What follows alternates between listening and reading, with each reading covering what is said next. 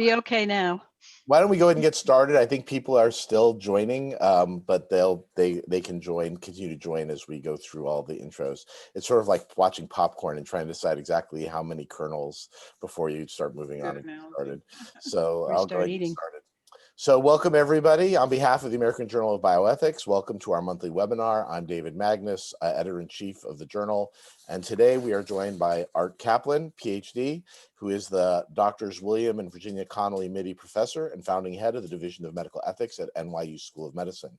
Prior to coming to NYU School of Medicine, Dr. Caplan was a professor of bioethics at the University of Pennsylvania Perelman School of Medicine, where he created the Center for Bioethics and Department of Medical Ethics. Dr. Caplan is the author and editor of 35 books and over 725 papers in peer-reviewed journals. Christine Grady, PhD, and also MSN, is a nurse bioethicist and senior investigator who currently serves as the chief of the Department of Bioethics at the National Institutes of Health Clinical Center. Her research is both conceptual and empirical, and primarily in the ethics of clinical research, including informed consent, vulnerability, study design, recruitment, and international research ethics, as well as ethical issues faced by nurses and other health care providers. Jonathan Moreno, PhD, is Penn Integrates Knowledge University Professor at the University of Pennsylvania, holding the David and Lynn Silfen Chair. He is also Professor of Medical Ethics and Health Policy, of History and Sociology of Science, and of Philosophy. Dr. Moreno is the author of several books, of which his most recent includes Everybody Wants to Go to Heaven, but Nobody Wants to Die, Bioethics and the Transformation of Healthcare in America, co-authored with Penn President Amy Gutmann, and The Brain in Context, A Pragmatic Guide to Neuroscience, co-authored with the neuroscientist Jay Shulkin. Anita Allen, JD, PhD, is the Vice Provost for Faculty and the Henry Silverman Professor of Law and Professor of Philosophy at the University of Pennsylvania. Dr. Allen is an expert on privacy law, the philosophy of privacy, bioethics, and contemporary values, and is recognized for scholarship about legal philosophy, women's rights, and race relations. She was the first African-American woman to hold both a PhD in philosophy and a law degree, and the first to be elected president of the American Philosophical Association's Eastern Division, which is the main division in philosophy. Okay, so we're nearing the end of 2020, hurrah, and also ending the 20th year of existence of the American Journal of Bioethics as a journal. All of you have played an important role in the history of the journal, made frequent contributions in a variety of roles, and also played central roles in our field during these 20 years. I want to start by asking about the past. The American Journal of Bioethics was launched in the aftermath of the cloning of Dolly the sheep a few years before, followed by successful isolation of pluripotent human embryonic stem cells. The Human Genome Project was in full swing and 2 years from completion. So-called quote-unquote gene therapy research was embroiled in controversy, including the then recent death of Jesse Gelsinger. So my first question is, how is bioethics at the turn of the century, when AJOB was first created, different from bioethics today, and in what ways was it the same? Anyone can answer this one. So not all at the same time, though. Well, I'll call on somebody. I'll start. Okay, I'll start with Art. All right, it's a very shy group, so it's hard to get people talking. So in a sense, what David described was the founding of a journal in response to a huge amount of technological change. Cloning, stem cells, mapping the genome, really setting off a wave of interest in the new genetics, ultimately becoming personalized medicine and so on. I think back in the day, and I don't mean back in the founding of places like the Kennedy Institute or the Hastings Center, but sort of in the next wave of things, there was a lot of technology-driven bioethics. For example, I spent a lot of time getting interested in transplants. There was an experiment called the Baby Faye experiment, where a baboon heart was tried to save the life of a little girl. Artificial hearts were triggering a lot of discussion of bioethical questions about the use of technology. Transplant itself was heating up and generating many, many questions. At the same time, there were some deeper questions still being bantied about, and people were trying to wrestle with them. I know, for example, even post-brain death discussions, there was a lot of discussion about what was death. I'm thinking at the Hastings Center, we had a group that just seemed so out of date. Jonathan will remember this too. It was basically on the role of behavior modification in determining human nature, meaning Skinnerian type environmental factors, not genetics. And how far could we go with conditioning and learning and even drugs to change people's behavior? And what I'm getting at is these were deeper, I'm going to say, philosophical questions. Two things were missing that David didn't mention. We weren't very international back in the earliest days. It was very American, most of the discussions. I don't mean that bioethics wasn't going on in Europe or somewhere, but I think we were relatively isolated from that. And I think we were still trying to sort out with physicians the role we had at the bedside. There was some, there was a lot of clinical consultation, but there were battles going on. Was it mediation? Should we play a role as setting limits? Do we put notes in charts? What kind of expertise do you need? And it was a hot thing to be in clinical bioethics. Today, the last thing I'll say, well, not for the whole hour, but the last thing I'll say God, no. about differences, research ethics has loomed much bigger. And I don't want to say clinical ethics has gone away, but it's quieter. It has its ways of doing things. People have settled on ways to sort of handle the bioethicist or the physician ethicist intervention or ethics committee roles. Again, not beyond discussion or debate, but somewhat quieter than the nervousness, I think, that characterized some of the things going on in the early days. So yeah, we had our technologies, but I think more technology driven almost today, a little bit wider and a little bit deeper in terms of some of the things that made people concerned, nervous, excited back then. Okay, thanks. Chris? Yeah, I just want to build on what Art just said. I think one of the things that did happen around the turn of the century, 20 years ago, that you didn't mention, David, was the HIV perinatal transmission studies in a number of countries around the world, and the sort of firestorm that it set off with respect to international research ethics. And I think when I was thinking about what's changed since then to now, I think, we've come a long way in thinking about international research ethics as an example. And yet some of the struggles that sort of appeared then they're still on the table. I mean, there's still some things that we haven't figured out or that we're going to continue to have to face as we go along. The other thing I was thinking about that's changed, I think some of the issues have changed, but many of them we're still dealing with. What has changed, however, is that there are a lot more people doing bioethics even than 20 years ago. There are a lot of master's programs and PhD programs and undergraduate majors and things like that. So a lot of people who think about bioethics, I think more than 20 years ago, and I don't have any data on that, but I'm certain it's true. And I also think it's more in the public eye than it used to be. There's more attention in the media and print media, TV media, social media. People are talking about some of the issues that bioethicists deal with. And so that's a really interesting phenomenon that I think has changed a lot over the 20 years. And probably because of those two things, bioethics is more recognized as an important part of decision-making at a number of levels. Great. So I would kind of address Chris's remarks as well. I just finished teaching history of bioethics, which I do once in a while. And I say at the beginning of that course that although there's a lot to read about the issues that Art and Chris have mentioned, there's not a lot of source material on bioethics as an institution. And the organizations of bioethics are not well understood, really requires some future sociologists of knowledge to work on that and go to the archives of the organizations. It is notable, I think, that ASBH gets started, right around the same time as AJOB. Mm-hmm. Before it was, some of the folks will not know this, there was 3 organizations, rather small.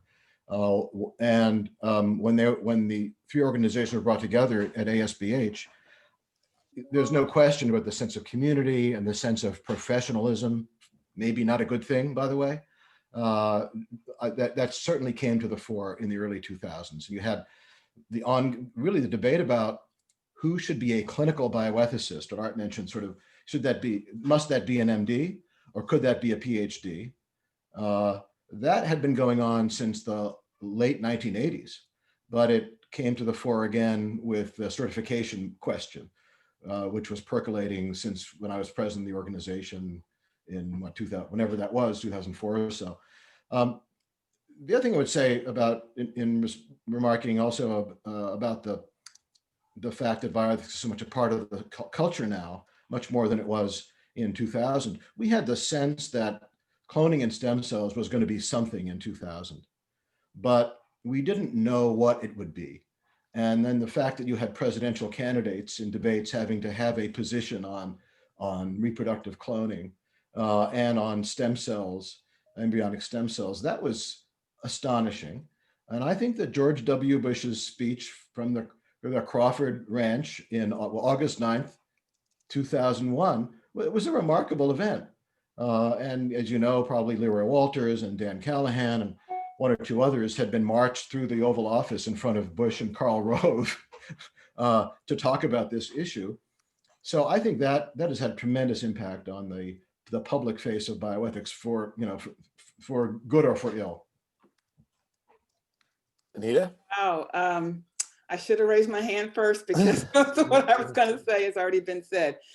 Just to underscore, yes. So bioethics is far more professional now than it used to be, with most major universities having departments, degree programs, undergraduate majors, and scholars now who are primarily and centrally working in bioethics. It's not an add-on subdiscipline. It's actually what people are training to do and doing full time. That's a big change. I think that it was mentioned by Christine that the significance of the perinatal transmission issue and AIDS in particular, we were kind of coming out of the worst of the AIDS crisis. New treatments had been developed, and so issues around women in AIDS were changing, and pregnant women in AIDS were changing.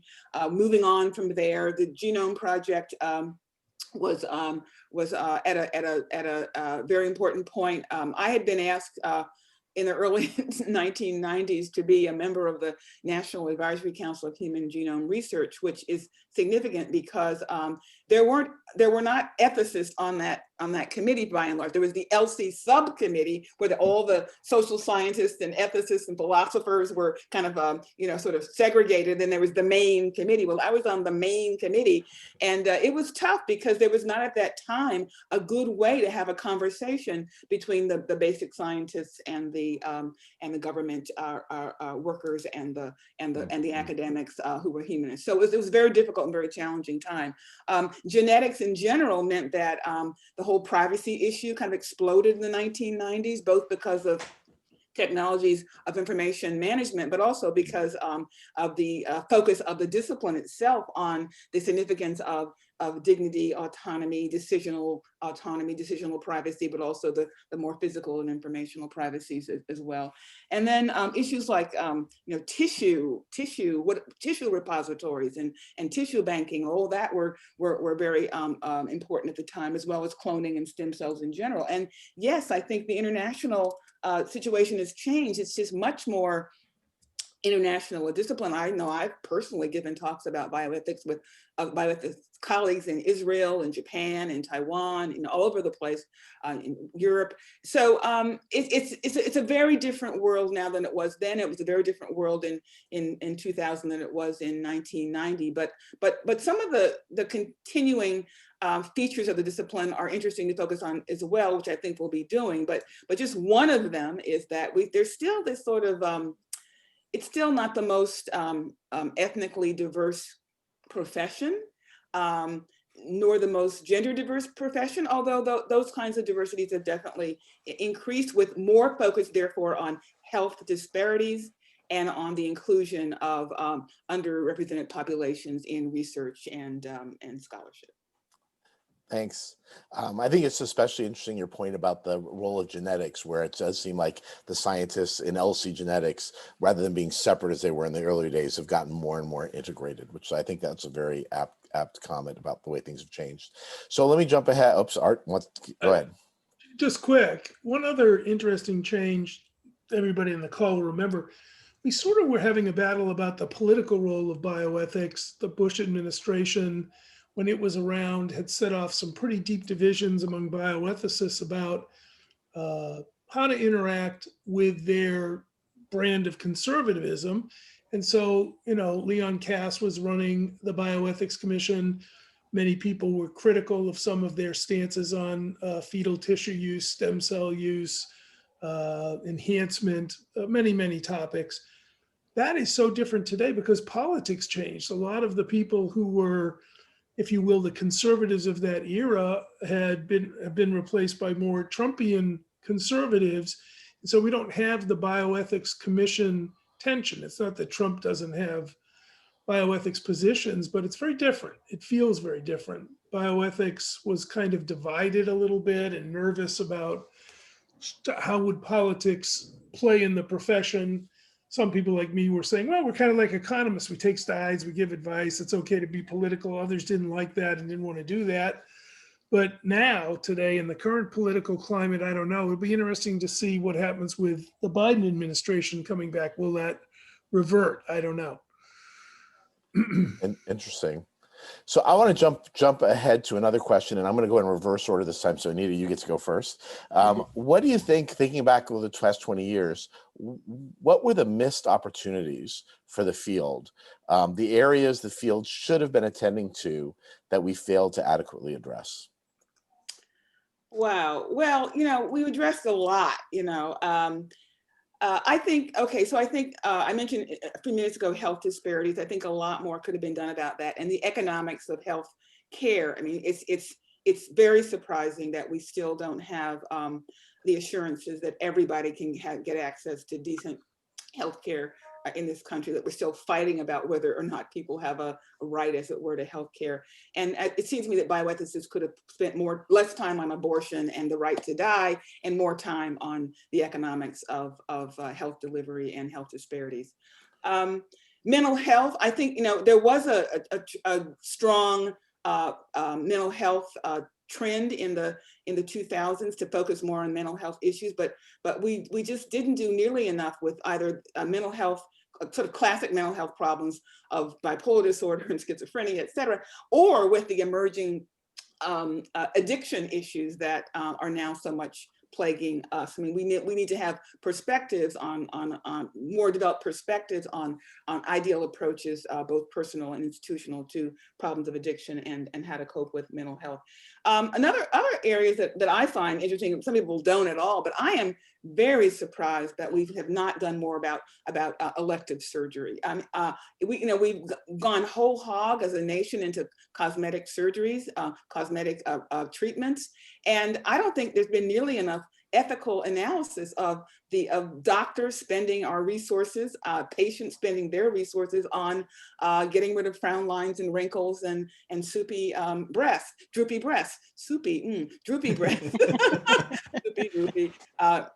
But that's I think an unaddressed issue. I mean, so the really hot topics and the important ones like germline, gene editing, and all those are incredibly important topics too. And I think we're focusing on those appropriately. But the question was what have been some missed opportunities? So some issues around the margins include the ones that I just named.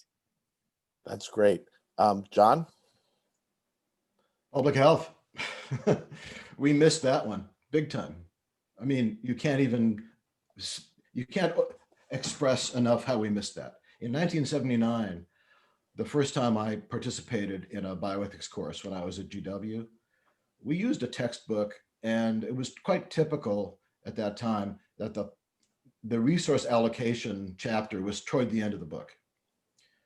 And what resource allocation conversation there was quite philosophical, not a bad thing, but rather abstract. Lifeboat ethics and so forth. Where it got more concrete was with the kind of work that Art was doing on organs. But for the most part, we missed it. And I will just, have to say, true confessions, when I started going to Asia in the late 2000s, after 2007, I guess 2008, and all these people were wearing masks. And I didn't get it. I had gone through the HIV epidemic in New York 20 years before that, but I didn't get the scale of MERS and SARS and how they affected those societies. So this leads to a bigger question, which is, does the principal orientation of bioethics, which is principalist, it doesn't serve us well anymore as a philosophical framework. I know I'm going to get a lot of hate mail about this because we are accustomed to this framework. It has prevailed, and our late wonderful friend John Aris called The Principles of Biomedical Ethics, a textbook I much admire, the Borg that ate bioethics. But I think we're going to have to, we need to have a reckoning. Justice is none of the principles are the first, right? No, this is not lexically ordered, but respect for autonomy comes first, then non-maleficence, then beneficence, then justice. And justice, the justice issues, I'm not sure. I don't know if that framework is adequate now. And I think we need to have a big conversation in the field about this. And I'll just say, sorry, one last thing. We lack an historical sensibility in bioethics. We need it in order to to enrich the conversation about ethics and public health. And I will say, I'm a part of the problem. We did not know enough about the history of epidemics and pandemics. And that would have been a way to enrich the conversation. And we didn't do that. Chris? So first I want to agree with Anita that I think healthcare access is one that we could have and still need to do much more about. And I want to agree with Jonathan that public health and understanding how to respond to epidemics is something that we could have done more and still could. I think there are a couple of other missed opportunities that I want to just highlight. And I don't know how to characterize them because I think they're all in certain ways maybe related. They're like the big societal issues. So we've gotten really much better, for example, at talking about social determinants of health, but I think we need to focus on what people are now calling structural determinants of health and how the structures of our society have created disparities and inequities that bioethics should attend to. In that vein, some of the issues that we've been most attentive to this year about racism and diversity and equity across dimensions of that nature, I think we haven't done enough in that area. And then the other one that I would mention that I think there are some people working on it, but I think bioethics needs to get more involved in issues related to climate change and health and how that's going to both impact what we do today, but also very far into the future. And I think those are the main ones I think we've kind of missed some opportunities on. Great. Art, anything else to add? Well, I would just add one of my favorite old hobby horses that I always complain about, which we're clearly never going to get to do, which is long-term care and support for the elderly, those who need rehab, those who are disabled. I think I must flag this every couple of years. I tried to write about it over the years. When I was a little kid, some people know I had polio, so I had to do a lot of rehab, and it always stuck with me. It's kind of no tech, no big glamour, doesn't really have a strong advocacy audience, but it's very important, very powerful. A lot of tough issues arise there, but I'm skeptical that we're ever really going to take it on. It just hasn't happened. It should, but it doesn't. And then I guess I'll re-echo, we never have solved our diversity problem. We've known about it. It didn't take Black Lives Matter to look in a room and realize that there was only white men in there for a long time.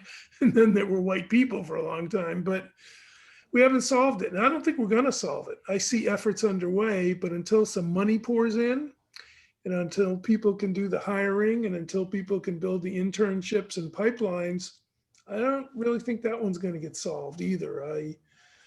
it's going to take investment more than just meeting together and talking about how we can be, more alert to difference. I don't think that's going to diversify the field. Okay, and I just want to thank you so much. I think this was great. You guys laid out a wonderful agenda for things that are missing that for the future. I just want to remind people in the audience, if you have questions, please put them in the Q&A, and then you can also upvote your favorite questions, and they'll go up. And we'll go get to those questions in just a little bit as soon as we're through a few more questions. In many ways, 2020 has been the busiest year for bioethics since the late 90s. The pandemic has obviously created a host of challenges and kept bioethicists busier than ever. At the same time, and not independently, widespread recognition of racism, problems of inequality, as you all just mentioned, have led to calls for our field to be more proactive in promoting anti-racism and focus on issues of justice. And I think it's really interesting that everybody sort of recognizes as that in some ways a failure of our field. So let me ask you first, what do you think have been the biggest challenges bioethics has faced in 2020? What is the hardest issues that we've been having to really grapple with and deal with? And let's mix it up and start this time with Chris. Okay. So I think probably it's true for everybody that we think the hardest issues are the ones that we are most close to, or the things that we see in the jobs or experiences that we have. So the one that is troubling me a lot, I mean, I think one thing about what's happened in 2020 is, I think more than ever, you said bioethics has been busier. We have been more than ever, and at least in my lifetime, at the table in making decisions about really very important things, allocation, priority setting, a variety of things that are really visitor policies. I mean, all kinds of things that are really, really crucial. But here's what I'm most worried about, and I'm not sure exactly what bioethics can do about it. It's the toll that this is all taking on healthcare workers, especially nurses.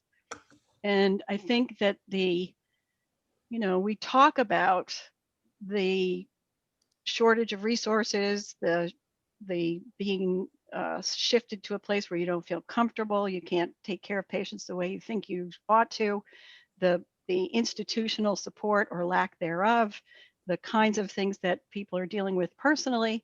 And, I've heard many people say, what's going to happen to the healthcare providers who are currently living through this? Are they going to come out on the other end okay? And what can we do about that? And I think that's a really, really challenging issue. And then because of where I live and what I do in my life, I think there are some really challenging research ethics issues as well, that are going to make us, that are making us at least question the things that we believe are sort of standard fare in research.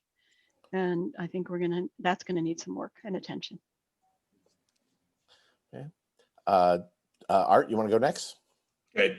I think something interesting is about to happen. It was starting to happen pre-COVID, but COVID is really fueling it. I think we're in for a complete change in how we do research in the future. The large-scale clinical trial, the randomized placebo-controlled trial, was already getting pressured by personalized medicine and efforts to study ultra-rare diseases and gene therapies on very small groups. But I've been working for a long time on vaccines. I was tempted to say rather in a lonely way, but I always thought they were very important. And with the onset now of emergency use authorizations and people yakking about expanded access all day long, another project that we have on early access compassionate use, which has been in place for many, many years, every patient group is watching and saying, if you're going to give that for COVID, what about my ALS? What about my MS? What about my whatever it is, my going blind, my losing my mobility?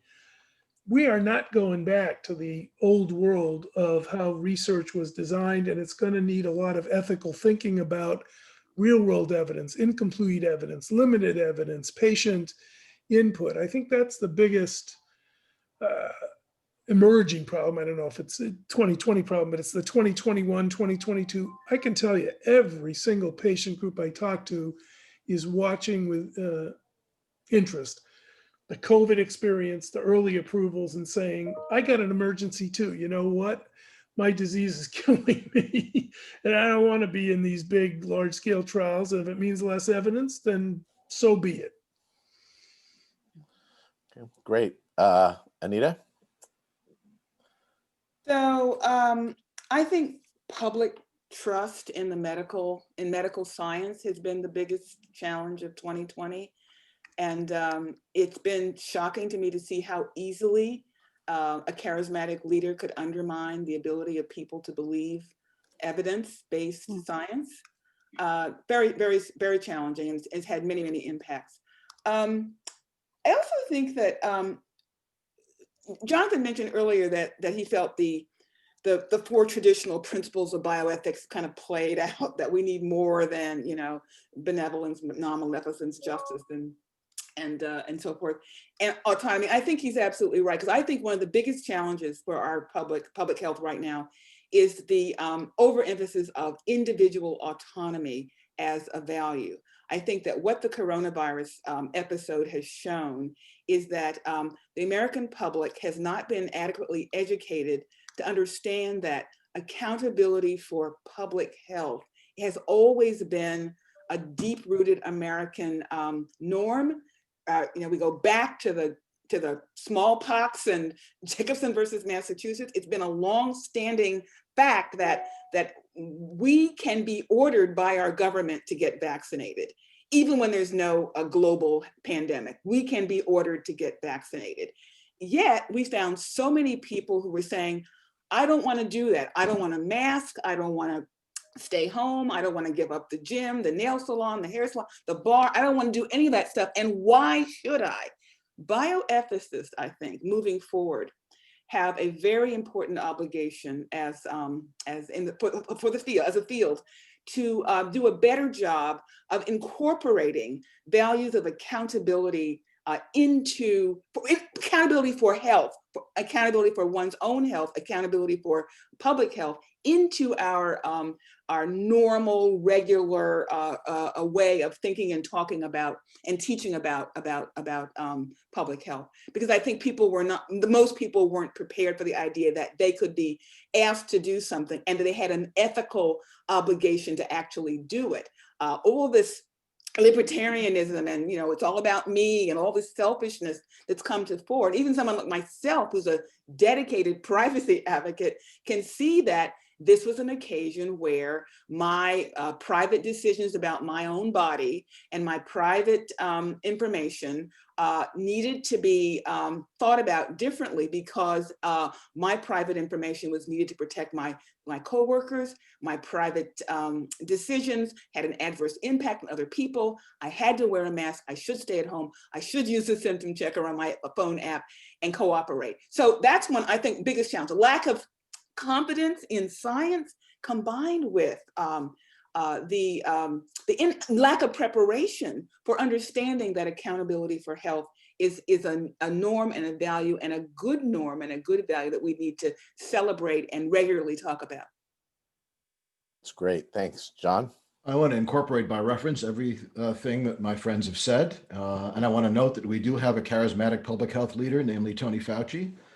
So thanks, Dr. Fauci.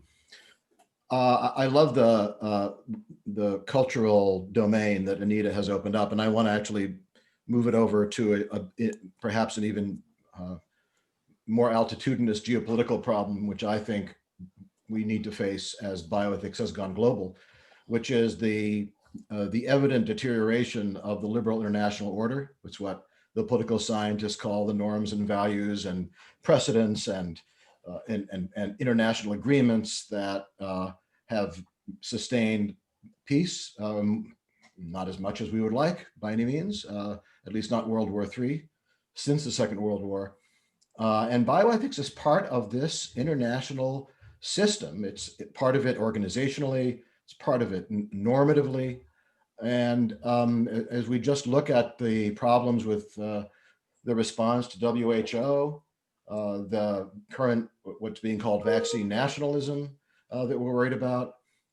There's a certain undermining of the sense that rights and values are universal.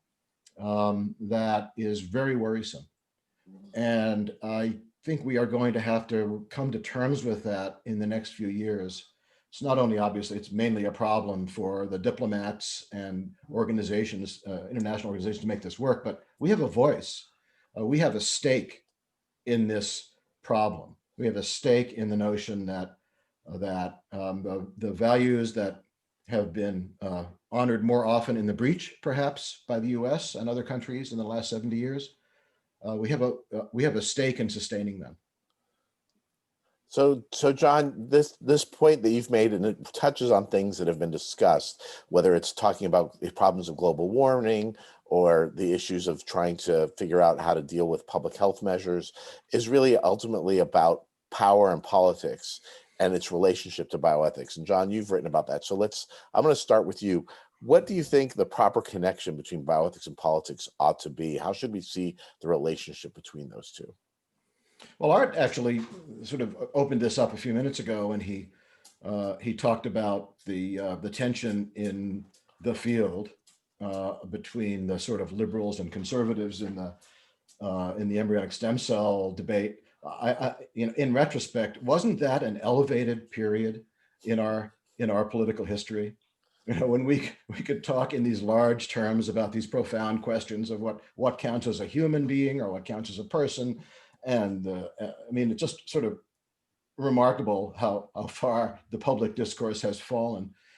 So, you know, Dave, that's a hard one to talk about in a few sentences. I will just say, public health, for example, we have to admit, I think, that public health is political. It has to do with, you know, not to be too Foucaultian about this, but it has to do with the control of our bodies and their movements and what goes in them and what goes out of them and who bodies and interact with and under what circumstances. So, you know, there is a role, and here I guess I'm kind of thinking more about what Anita's been saying. There is a role for bioethics to take into account and to foster Enlightenment values. I think we should embrace it. We shouldn't be shy about it. With respect to particular political questions, you know, the one that, you know, as Leon Kass said, we are all living in Embryoville. He said this about 15 years ago. You know, that one's not going to go away. Fetal tissue is not going to go away.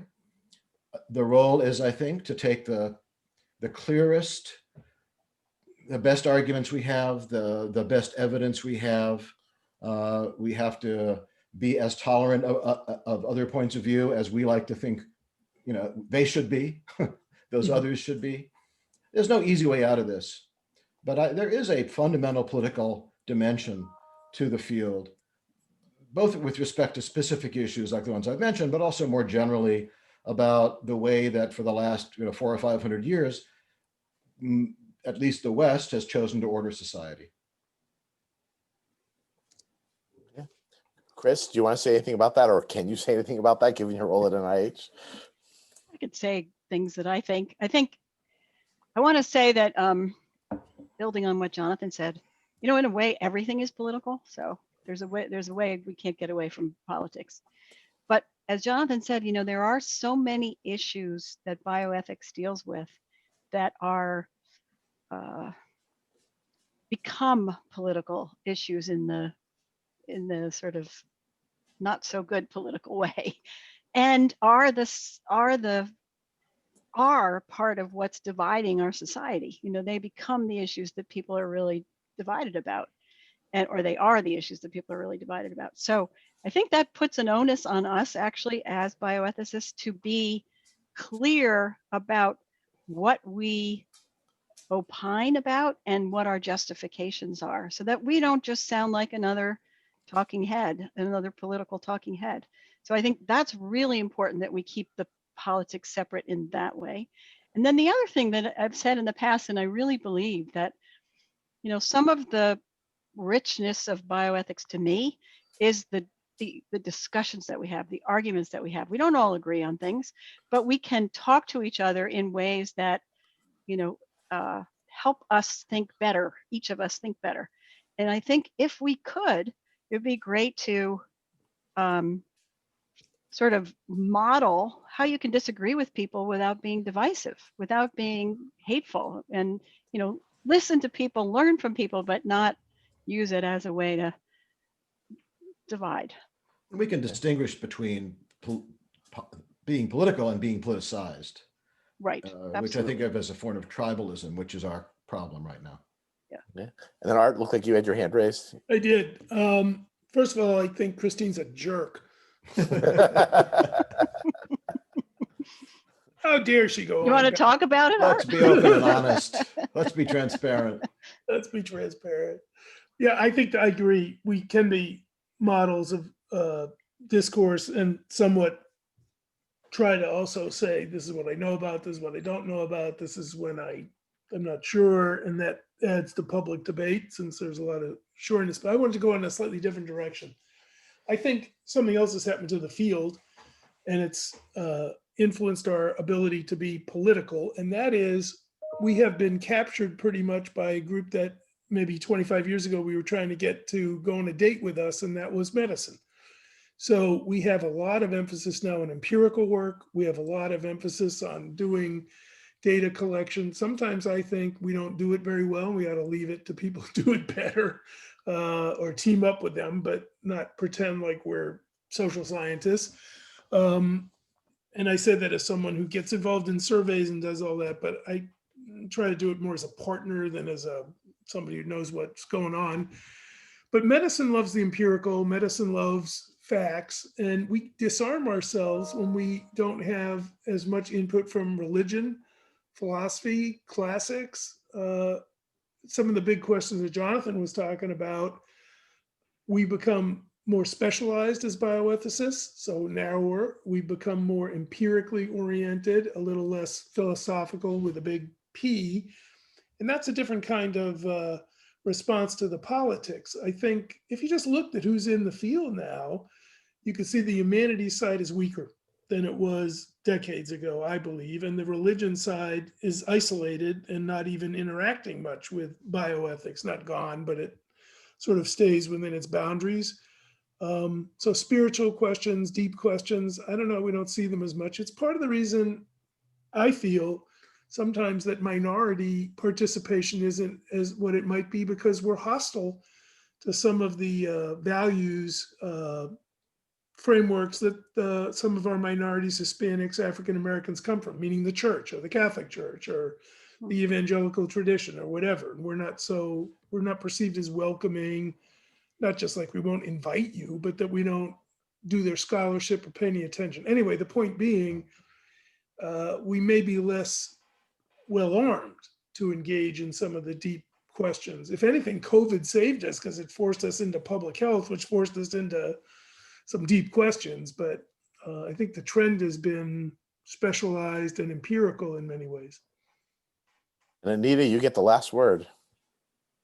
So first of all, picking up on what Jonathan said, you know, internationally, I mean, there is a attraction to Enlightenment values, and I have certainly used them tremendously in my own work. But the international conversation does force us a little bit off of that particular ideological platform, because other people are talking about things like socialism and solidarity and the precautionary principle, and other people are still marginalizing women. And I mean, so it's really important to understand the politics of bioethics, which include, I think, recognizing that that liberal Enlightenment values, especially around autonomy, et cetera, are just one way of thinking about the world, and increasingly not the dominant way. I think we're losing that battle. And one reason, Art, I think we're losing some of the minority scholars, potential scholars in bioethics, is because very few of them are committed in the way that maybe you and I were, coming out of the backgrounds we came out of, and philosophy to those kinds of values. There are lots of Marxists and socialists and critical theory people and feminists and queer scholars, and they're not using the same vocabularies that the traditional bioethics community has used, and therefore it's hard for them to be heard, be included, be invited. I'd also say that that the media has a huge role in the politics of bioethics and medicine. We've seen that in the last couple of months tremendously. Art has spent a lot of time on TV. I used to borrow Art's TV studio for the rare occasions that I was also invited to be on TV. But I remember very vividly, long before I was at Penn, I was still at Georgetown, being invited to by I think it was CNN to speak about an upcoming abortion case. It was, I think, the Webster case back in the 1988. And the pre-call with the producer, I was saying things like, yes, the 14th Amendment, it holds that the blah blah case held, being very objective, calm, analytical, and that's not what they want. They said, no, thank you. The next time they called, I was rah, Roe versus Wade, Justice Blackmun's opinion is absolutely correct. And then, like, get her on TV. So I became a commentator on abortion for MSNBC and CNN. And it was, and I did CBS, and I did all that stuff because I had a point of view that I was willing to share. So, we can, as bioethicists, try to be nonpartisan or not politicized, but we are bound to be, we live in a political world in which our value is our ability to articulate particular positions and stances. And we shouldn't run away from that. We shouldn't run away from that. What we should run away from is, though, the culture of sniping, small-mindedness, and politicization when it's not necessary, over-politicization of everything. We should run away from that, but we should embrace our politics and our values and promote them and understand that in a global context, our politics may not always win out over others' politics. This is great. So I think I want to turn it over now to the questions from the audience, because we've gotten quite a lot of them, almost 24. So the most popular question I'll start with first: what is bioethics' role in addressing the surge of pseudoscience, such as the one that happened during the COVID pandemic? Is that an old but current frontline for bioethics? And I have to say, being at Stanford, this is particularly important and ongoing issue for us at Stanford. So what do we do about this wave of pseudoscience, and what should bioethics really do to address it? David's been trying to excise the Hoover Institute for every lunch he goes to. Anyway, that's inside baseball, sorry. Well, Tim Caulfield is an example of a person who's chased around pseudoscience in the past couple of years pretty effectively and done a good job. I do think part of the role is to point people toward places where the science is. I'm not the scientist, I can't answer questions, but if I see a good website or an interview with Tony Fauci or somebody, Paul Offit is going to talk about vaccines in a knowledgeable manner, I think it's my responsibility to know where to send people. So it's part of it's not my job to clean it up, but it is my job to know where to get better sources. Okay. Any other thoughts about this? I would say, in addition to what Art just said, sort of living it as well as sending people to it. In other words, we should know what we're talking about in terms of science. We can't know everything, obviously. We can't know all the science, but we should not participate in responding to things that are not scientific because we don't know. We should know some things, especially in the areas that we work in. Yeah, agreed. And you know what? Also, we have to be willing to admit that sometimes there is this thing called research fraud and research misconduct. The more we can be honest and open about those things when they occur and explain how they happened in historical terms and ethical terms, et cetera, then when we have to speak the truth and have to support others who are speaking the truth, we have more credibility, because we're not saying that science is always correct or always honest. Sometimes it's not honest. We have to be able to say when it's honest, when it's not honest, and to help to clarify that for the public. John, do you have anything to add? Yeah, a related vein, because I write about neuroscience and national security and so forth. I run into a lot of people who, who have views about what government or some shady power is doing to them, doing to their brains and so forth. I get a note about that almost every week from somebody. And I think it's important to understand the motives of people, the problems that people have that lead them to distrust elites like us, kind of going back to some things that Anita said before, and appreciate that, yeah, we do need to be grounded in what we say. And as Art said, send people in the right places, as Chris said, but we also need to appreciate that sometimes people are reacting to personal issues that they have, that it's really not about the science so much as it is about the stuff they're grappling with in their own lives. So another question, Jonathan, you mentioned the professionalization of bioethics and said, quote, if it's a good thing.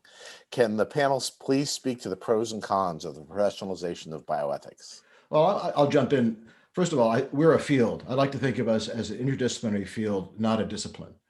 And what I valued about the conversations we had in the 80s and the 90s was the interdisciplinary nature of those conversations, a kind of lingua franca. I especially remember this at places like the Hastings Center around the table.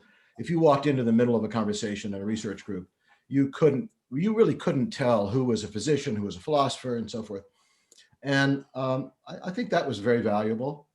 So I fear to some extent that we are, any professionalization, that by definition starts to lose some of that variety and diversity.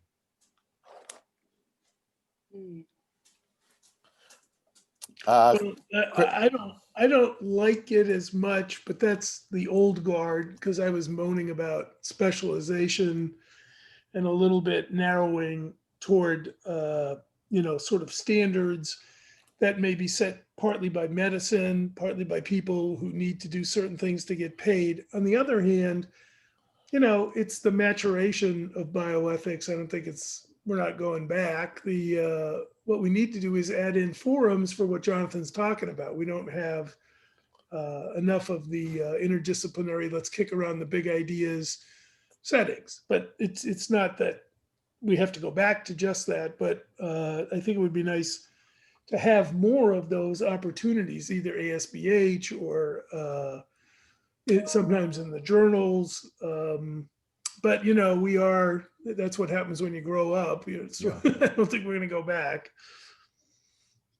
Art, I don't know if you remember when we first met, but I think it was at Princeton in like 1979 at some, old Hastings Center event. But I came to take your review in daycare. Yes, I remember. So bioethics had this kind of warm, deeply humanistic feel to it at the time. That's sort of the leather chairs and the deep grounding in literature and philosophy and the great books and so to the extent that professionalization stands in opposition to that, maybe we're over professionalized because we've lost a lot of that grounding. On the other hand, I do think that we needed to move in more empirical and institutionally professional directions in order to grow as an interdisciplinary field. So I miss in some ways a lot about that, the old ways, but I also think that I'm very happy to see what some of the many things that have happened as bioethics has become the premier field within applied ethics or practical philosophy. Let me just jump in and say I do remember that, and I miss that, and I think it's hard almost to recreate what that was for people who weren't there.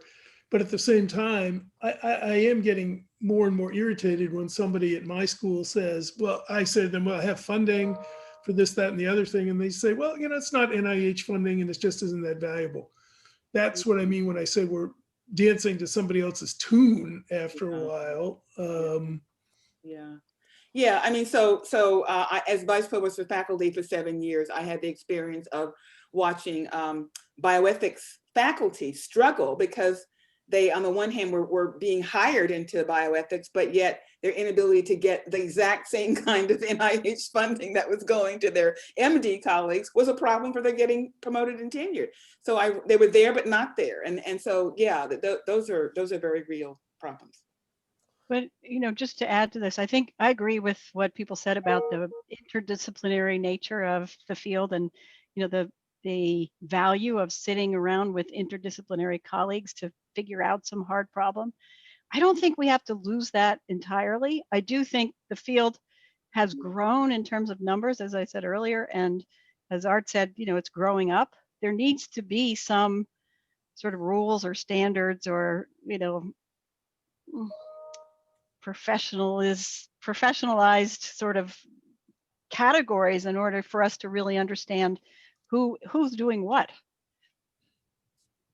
Okay, next question. Bioethics started at the dawn of new technological age. Will bioethics now set its sight on a new social age? Racism, power, intersectionality, privilege, we're in the midst of a cultural reckoning. Should bioethics now start to comment on that, play a larger role in that? And if not, why not?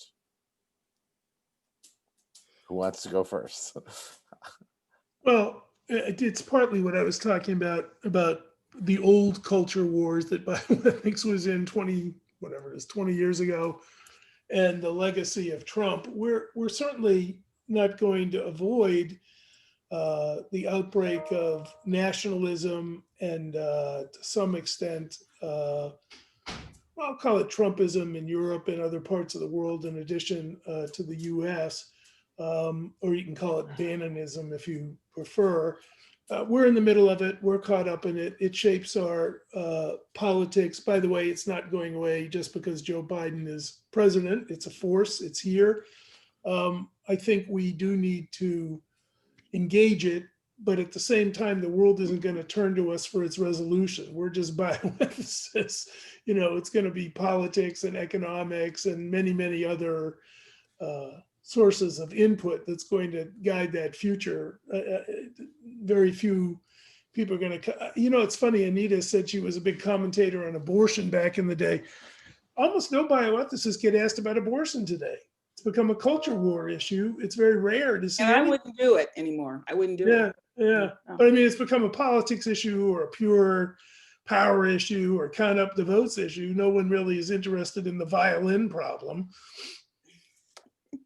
Right. Anybody else want to talk about this here? Yeah, I do. I mean, so I've seen a change in the buzzwords around academia. We talked about integration in the 1960s and diversity in the 1970s and 80s and equity and inclusion and multiculturalism. And now we're talking about anti-racism and we're trying to operationalize that idea to push the society further than, and the institutions that we all belong to, push them harder than they were pushed by the discourses that came before it. I think we made progress under integration model. We made progress under a multiculturalism model. We made progress under diversity and inclusion model.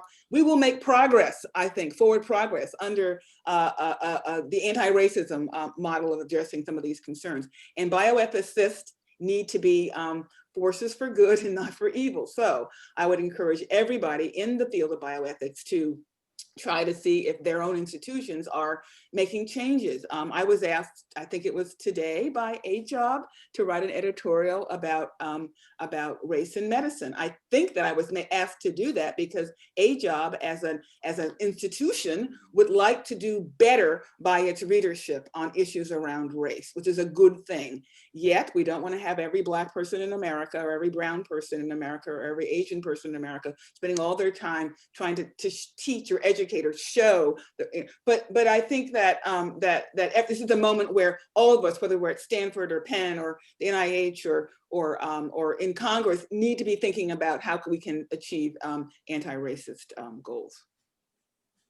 I agree, and I think one of the things that bioethics is doing, but is not alone in doing, or I say bioethics, I mean, people in bioethics are doing, is a lot of self-reflection and learning about their own biases and their own, not only individual biases, but institutional biases and the kinds of things we do and how power and privilege and racism might be sort of infused in those things. And so I think that's a really positive thing. And I hope going forward will continue.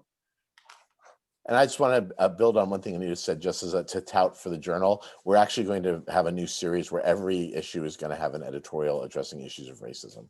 So that's going to be for as long as we can sustain it. So we're going to be doing that every issue. John, I think you get the last word on this question.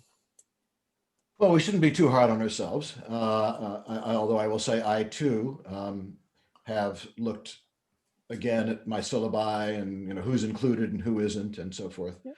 But we do have some track record. We do talk about eugenics. We do talk about the Nazi doctors. We do talk about the syphilis study. We do talk about groups that have been especially unfairly often targeted with respect to the justice of the healthcare system and the way that we find people to participate, as we like to say in quotes, in research studies. So we as a field, we do have roots, as it were, in worries about racism in institutions and healthcare institutions. So we have a bridge to the future, as Bill Clinton said, whatever that meant in 1996. We do have the capacity in our discourse, in our history, in our literature to do this. But it is, self-reflection is really tough. And believe me, it doesn't get easier as I get older. So one of the questioners said that she was glad that all of you have talked about how critical it is for the field to address racism and diversity in bioethics. But she says, in addition, an often overlooked issue is ableism, i.e. disability bias. Quality of life judgments are commonplace in healthcare decisions. How can bioethics be moved to bring people with disabilities to the table and into the field? Well, it happens that I have a PhD student right now in history of science who has a child who's severely affected by autism, and this is a big topic in our conversations because she worries that this is the sort of the triumph of personal autonomy in bioethics has slipped over into an overestimation of the extent to which people with disabilities, particularly cognitive disabilities, really can be independent and self-determining. So I think that's a very, the tradition we have is, let's integrate people with disabilities in larger society, and that comes out of the ADA and for very good reasons. But is it also an excuse, rhetorical question, for not spending enough money on people who really cannot be fully integrated and really do need more assistance? Well, it's an interesting point. I mean, when I go back to my experience as a vice provost, I was struck by how few faculty of the 4,000 standing faculty and 7,000 total faculty at Penn, how very, very few were people who used wheelchairs or who were deaf or who were blind. It's still the case that the worlds in which most of us live in academia are not terribly inclusive, and we don't in terms of ability and different ableness. We're just not, and I think we should. Self-critically, I think I should spend more time thinking about that, and that we should all spend more time thinking about that. The one issue that I've spent a lot of time thinking about has to do with with changing the way philosophers talk about people affected by mental differences. That it was such a, it's almost offensive, how readily philosophers use hypotheticals and so forth that marginalize people affected by neural differences, to the extent of suggesting that they're not moral agents at all, don't have moral lives at all, and they're the example of those without moral agency. So that's just one little corner of it. But so the one corner is, how do we think about and talk about people with differences? The other is, how do we actually come to educate and promote and retain people with significant differences? And I think we just haven't done a good job of that at all. Not at all. I agree. I would just add one thing. I think in that vein, what Art said earlier, we need to pay more attention to the elderly, and not that they're disabled in the way that people talk about disability, but there's a lot of need for understanding differences and needs that we don't do well. We do terribly well in our society. So a very big question somebody asks is the role of bioethics to critically evaluate healthcare, which is where the bulk of attention is focused, arguably even in thinking about public health, or instead should we be critically evaluating far bigger drivers of health itself, since healthcare is not really that powerful a causal determinant of health of populations. So, so what should we be, I mean, I know Norm Daniels kind of went through this evolution over this issue. What extent should we be really focused on healthcare versus the social drivers of health as a field? Why Does don't it we have to be You either say it. or? Yeah. Can we do both? Yeah, can't we do both? That was my question. Well, Sorry, I cut you but off. it is rather striking that we spend very little time as a field talking about those broader social determinants of health. Maybe there's occasional acknowledgements of it, but talking about justice and inequality as an issue is something that's relatively new in the past year, getting a lot of discussion, but arguably most of the ethical issues that really matter for driving healthcare have almost, health have almost nothing to do with healthcare. But of course, healthcare, technology, delivery of healthcare is what we spend most of our time as a field focused on. Should we have a revolution, a change in our field to focus more on those social determinants rather than on the field of healthcare? And Yeah, so I was going to say never going to happen, because we got married to medicine and they call our tune and they pay our salaries, and it's healthcare. We're a field that has a lot more linkage to healthcare, and the way we're structured, where the centers are, where the jobs are, where the money flows, what journals we write in. I don't think we're writing on health broadly. But the counter argument I would say to that is the emergence, I guess Chris brought it up, others may have, is the climate thing. Climate issue is a health issue broadly, and that could take off, and bioethics could at least be part of that path.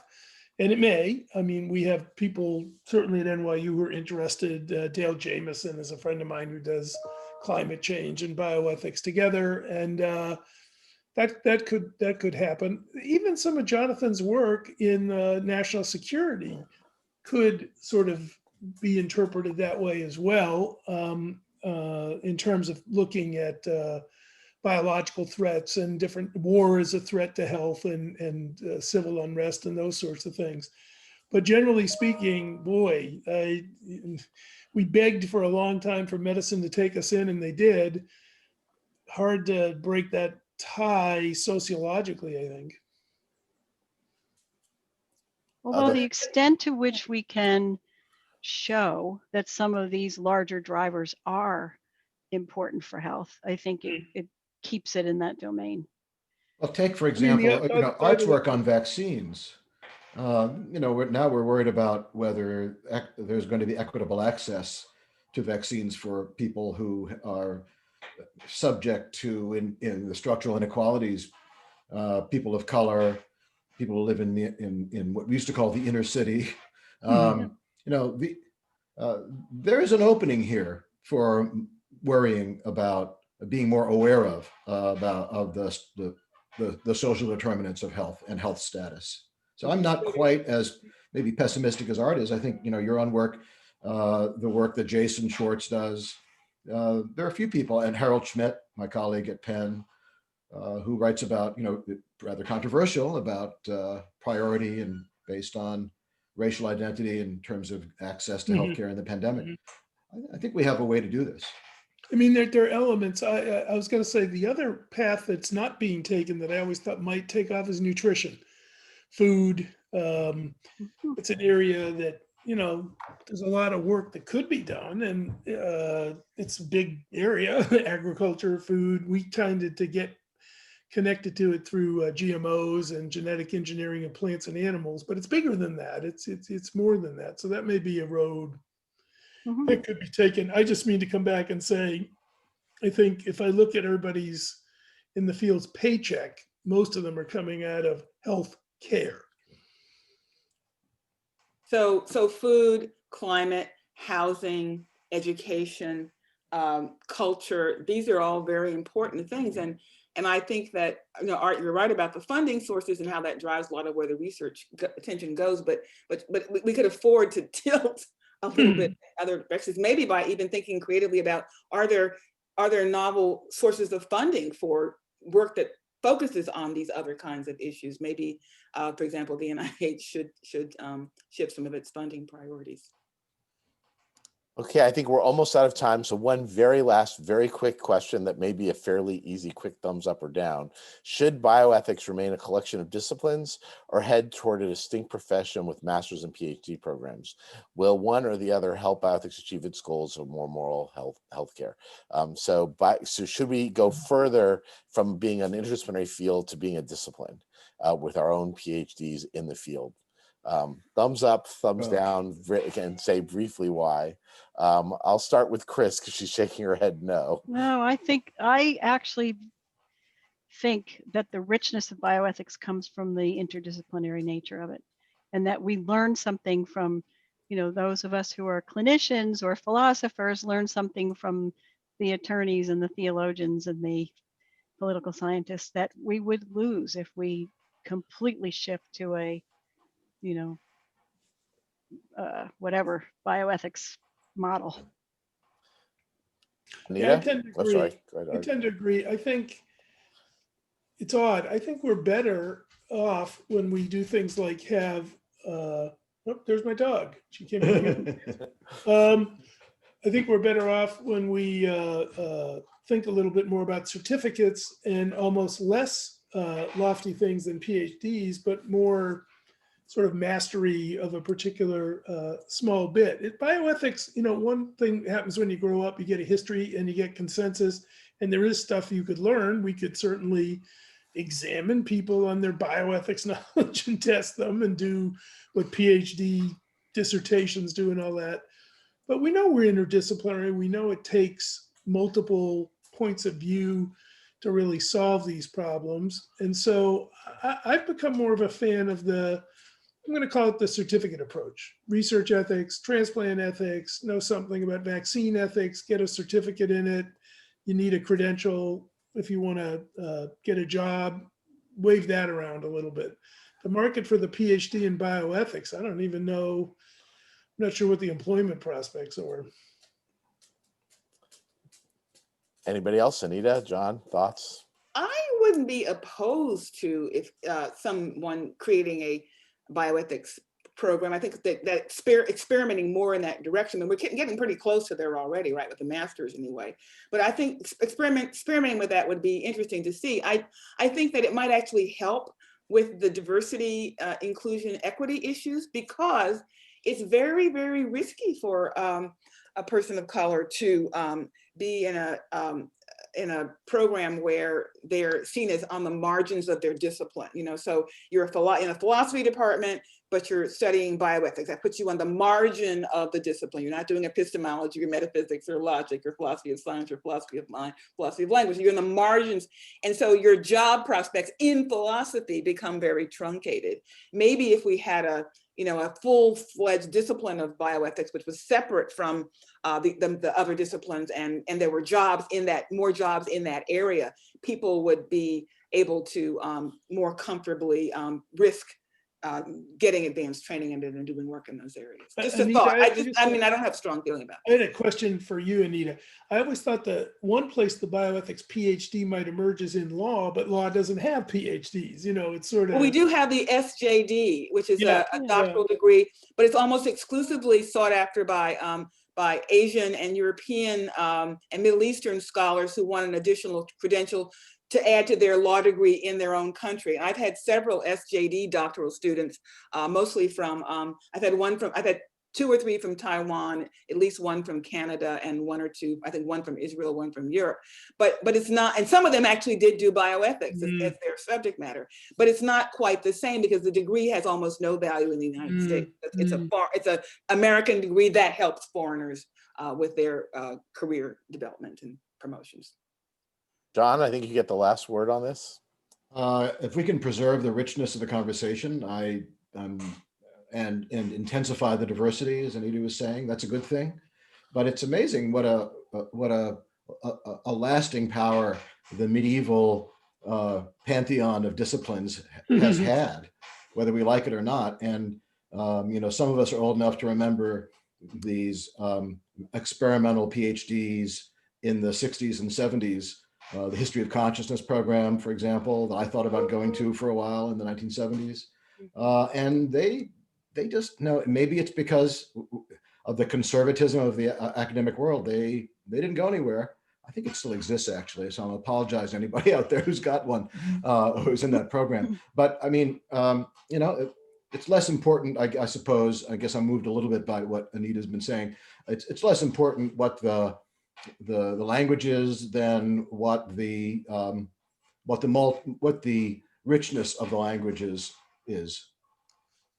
Okay, well, thank you very much, everybody. This has been great, wonderful conversation, and thank you for the audience, for those of you who have stuck with us for the full 75 minutes.